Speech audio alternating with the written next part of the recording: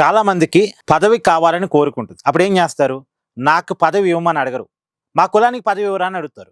అంటే కులం కార్డు వాడతారు. కులం కార్డు వాడితే పదవి వస్తేమో అన్నటువంటి ఒక ఆలోచన. ఇప్పుడు చూడండి, Vijayawada central MLA bonda Uma, Telugu Desam party MLA, ఒక చిన్నపాటి అలజడిని తెలుగుదేశం పార్టీలో క్రియేట్ చేశాడు.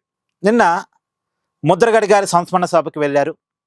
అక్కడ అంబటి రాంబాబు పక్కన బోండా ఉమ కూర్చోవడం అనేది తెలుగుదేశం క్యాడర్కి ఏమాత్రం నచ్చలేదు. అంబటి రాంబాబు, బోండా ఉమ పక్క పక్కనే కూర్చున్నారు, సరదాగా మాట్లాడుకున్నారు.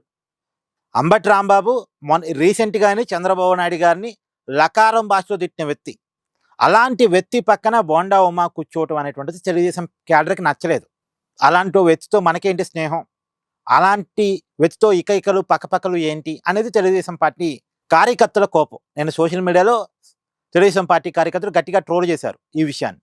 పైగా బోండా ఉమ గారు మాట్లాడుతూ కాపుల్లో చిన్నపాటి అలజడి క్రియేట్ అయింది అని మాట్లాడారు. ఆ మాట అంటే కాపుల్లో చిన్నపాటి అలజడి క్రియేట్ అవుతుంది, కాపులు ఎటువైపు మొగ్గితే అటువైపే విజయం ఉంటుంది. 2019లో తెలుగుదేశం పార్టీ ఓడిపోవటానికి కారణం ముద్రగడ పద్మనాభం గారు. ఈ విషయాలన్నీ చెప్పుకొచ్చారు ఆయన.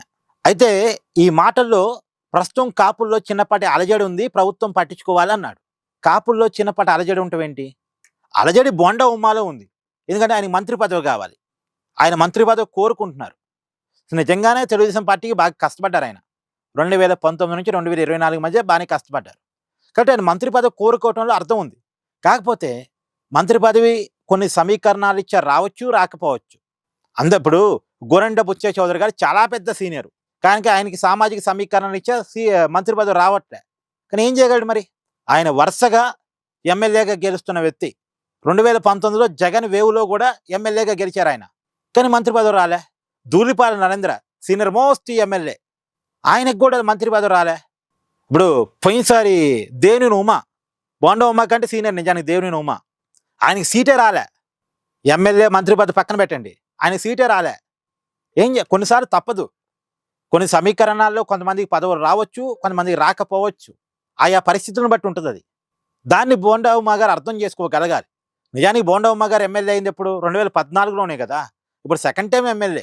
మరి ఆ మాటకు వచ్చినప్పుడు బుచ్చే చౌదరి గారు ఎన్నిసార్లు ఎమ్మెల్యే, ధూళిపాల నరేంద్ర గారు ఎన్నిసార్లు ఎమ్మెల్యే, వాళ్ళకు కూడా రాలేదు కదా. సో పరిస్థితిని అర్థం చేసుకోగలగాలి. రెండోది, కాపుల్లో అలజడి అంటే ఎందుకు ఉంటుంది అలజడి? జగన్మోహన్ రెడ్డి గారు తన మంత్రివర్గంలో 9 కాపులకి మంత్రి పదవులు ఇచ్చాడు. చంద్రబాబు నాయుడు గారు 5గురికి ఇచ్చారు. అంటే ఇప్పుడున్న కూటమి ప్రభుత్వంలో 5గురికి ఇచ్చారు. 2014 నుంచి 19 మధ్య చంద్రబాబు నాయుడు గారు ముఖ్యమంత్రిగా ఉన్నప్పుడు కాపు కార్పొరేషన్ పెట్టి 4,000 కోట్ల రూపాయల బడ్జెట్ దానికి ఇచ్చారు. దాంట్లో 2,000 కోట్ల రూపాయలు కాపు విదేశీ విద్య కోసం, అంటే కాపు యువకులు విదేశాలకు వెళ్ళి చదువుకోవడం కోసం ఉపయోగించారు. జగన్మోహన్ రెడ్డి గారు తన అధికారంలోకి వచ్చిన తర్వాత అసలు కాపు కార్పొరేషన్ నిర్వీర్యం చేశాడు. ఇప్పుడు మళ్ళీ కాపు కార్పొరేషన్ పని నడుస్తుంది. చంద్రబాబు నాయుడు గారు కాపులకి రిజర్వేషన్లు కల్పిస్తే వాటిని జగన్మోహన్ రెడ్డి గారు ఎత్తేశారు. ఇప్పుడు కాపుల్లో అలజడి జగన్మోహన్ రెడ్డి గారి ప్రభుత్వంలో ఉంది అంటే ఒక అందం చందం. ఎందుకంటే కాపు రిజర్వేషన్లు తీసేశాడు, తర్వాత కాపు కార్పొరేషన్ నిర్వీర్యం చేసేశాడు. చివరికి ముద్రగడ పద్మనాభం గారిని కూడా పట్టించుకోలేదు. ఎందుకంటే బోండా ఉమ గారు చెప్తున్నట్టు one of the reason Mudragada గారు జగన్ అధికారంలో రావడానికి, వన్ ఆఫ్ ది రీజన్. మరి ఆ ముద్రగడ గారిని జగన్మోహన్ రెడ్డి గారు పట్టించుకోలేదు. పైగా జగన్మోహన్ రెడ్డి గారి వల్ల ముద్రగడ పద్మనాభం గారి కులాన్ని వదిలేయాల్సి వచ్చింది. ఇప్పుడు చూడండి, ముద్రగడ గారికి 2019 ముందు ఉండే ఇంపార్టెన్స్ 2024 ముందు లేదు. ముద్రగడ గారు ఒకప్పుడు టీడీపీ ప్రభుత్వాన్ని పడేయడానికి కీలక కారణమయ్యారు. అది 2019 ముందు ఆయన చరిస్మా. కానీ 2024 ముందు పిఠాపురంలో పవన్ కళ్యాణ్ ఎమ్మెల్యేగా కూడా ఓడించలేని పరిస్థితి. ముద్రగడ మాట ఎవరు వినే పరిస్థితి లేకుండా పోయింది. ఎందుకు పోయింది? ముద్రగడ గారి క్రెడిబిలిటీ జగన్మోహన్ రెడ్డి వల్ల పోయింది. చివరి పాపం కులాన్ని మార్చుకొని రెడ్డి పేరు పెట్టుకోవాల్సి వచ్చింది కదా ముద్రగడ గారు జగన్ వల్ల. ఇప్పుడు కాపులు అలజడి ఉంటే జగన్ వల్ల ఉంటుంది, ఈ ప్రభుత్వం వల్ల ఎందుకు ఉంటుంది? ఇప్పుడు చూడండి, జనసేన పార్టీ నుంచి అయితే కాపులకి ఎంత ఇంపార్టెన్స్. ఇప్పుడు వైసీపీ తరఫున 13 మంది ఏమో రాజ్యసభ సభ్యులు ఉంటే ఒక్కళ్ళ కాపులకు కూడా ఇవ్వలేదు రాజ్యసభ సీట్ని. పెద్దల సభకు ఒక్క కాపును కూడా పంపలేదు. ఇప్పుడు తెలుగుదేశం పార్టీ 4 స్థానాలు ఉంటే 4గురిలో ఒకళ్ళ కాపు, సతీష్ గారు.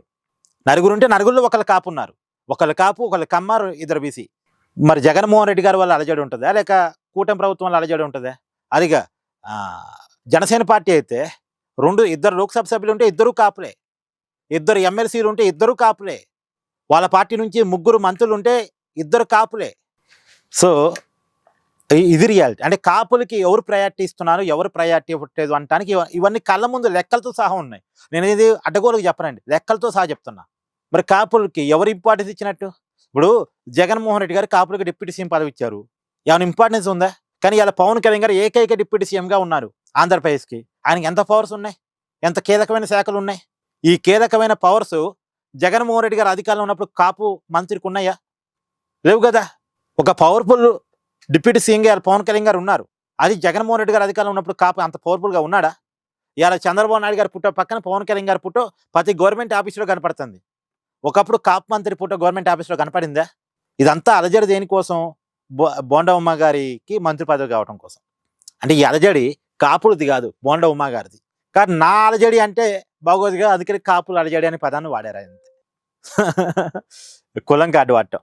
అయితే ఈ బోండా ఉమ్మ గారి వ్యవహారం మీద చంద్రబాబు నాయుడు గారు కూడా రియాక్ట్ అయ్యారు. గొడ్డల పార్టీ వాళ్ళ పక్కన కూర్చోవద్దు ఏదో చెప్పినట్టున్నారు.